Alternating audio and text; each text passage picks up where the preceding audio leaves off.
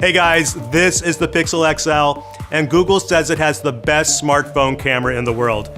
So we decided to put it to a little studio test. We're gonna compare it to the iPhone 7 Plus, the LG V20, and the Samsung Galaxy S7 Edge.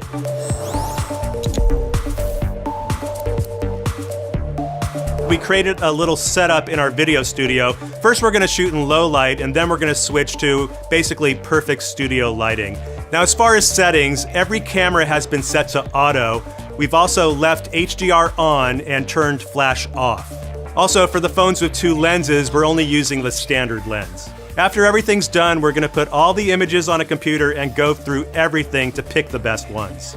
Okay, we just shot a bunch of photos, and the early verdict is that the Pixel XL does better in brighter studio light, but the LG V20 might actually do better in lower dim light. So Adam, walk us through all these shots. Yeah, for sure. So not only are we looking at the lens and the sensor, but more importantly, we're seeing how each company handles its JPEG compression. So first we're looking at the results of the low light tests, and there's three categories we're looking for: clarity, range, and color. In this low light test, we set up a mixed lighting scenario. So we have the warm colors coming in from the lamps, and then a cooler color kind of simulating some moonlight coming in off of a window. And each camera handles the color correction differently. So here in the Pixel, you can see that it's stripped almost all hints of blue out of the image and really exposed for the orange. We switch over to the iPhone 7, and we see that it brings back some of the blue and still maintains some of the orange. The GS7, I feel, handled it the best in mixing and portraying both of them, but the V20 actually took out almost all hints of orange. What do you think is the most accurate color in dim light? I actually feel like the GS7 Edge is probably the most accurate based off of the setup that we had, with maybe the iPhone 7 Plus close second. So each of these cameras captured images around 1/15 of a second. We had it locked off on a tripod to reduce camera shake and anything handheld that would be interjected into the image.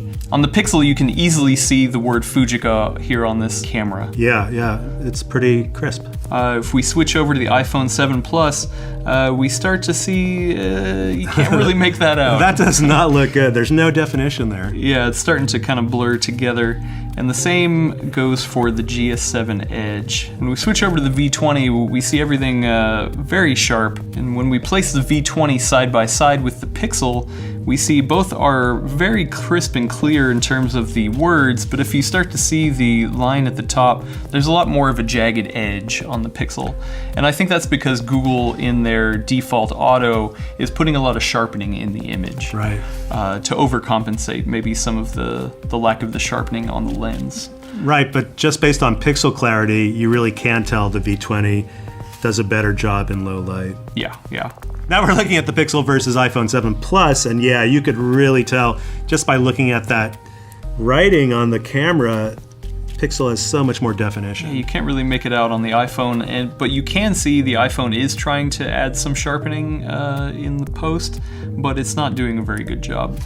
The GS7 Edge doesn't seem to be trying too much sharpening, and you just can't really pick out the Fujica on the front of that. So as a result, I would give the V20 the edge on this one in terms of sharpness, with the Pixel pretty close behind. It's able to kind of make some up in post, but straight out of the camera, it looks like the V20 is the best image there. And keep in mind, this is the pre-production version of the V20, so we're getting the final review version hopefully sometime soon. Okay, cool. So here we're going to look at the dynamic range between each of the cameras. Okay, so will HDR have any effect on this test?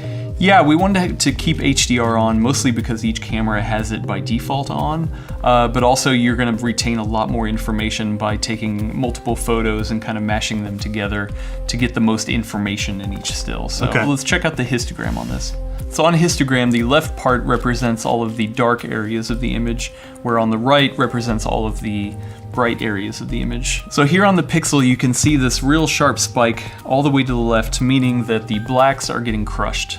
There's very little information being retained in the dark areas of this image. Okay. If we switch over to the iPhone, you see that spike jump off the edge a little bit, which means there's a little bit more information in the darks. We go over to the GS7 Edge, and it starts to go back to the left a little bit, but the V20 comes off of the left edge the most out of all of them, meaning that it's able to retain more information in the dark areas of the image. Okay, so let's jump to the full screen image and show me what this really means in terms of real world low light performance. For sure. So if we zoom in on the Snickers bar here, we can see with both the V20 and the Pixel, you can actually read the label on the side of the bar, where with the iPhone 7 Plus and the GS7 Edge, you can't really make it out. It's a little too dark. And if we look over at the plant on the left side here, in the Pixel, the green stems are just turning into black when it goes into the pot.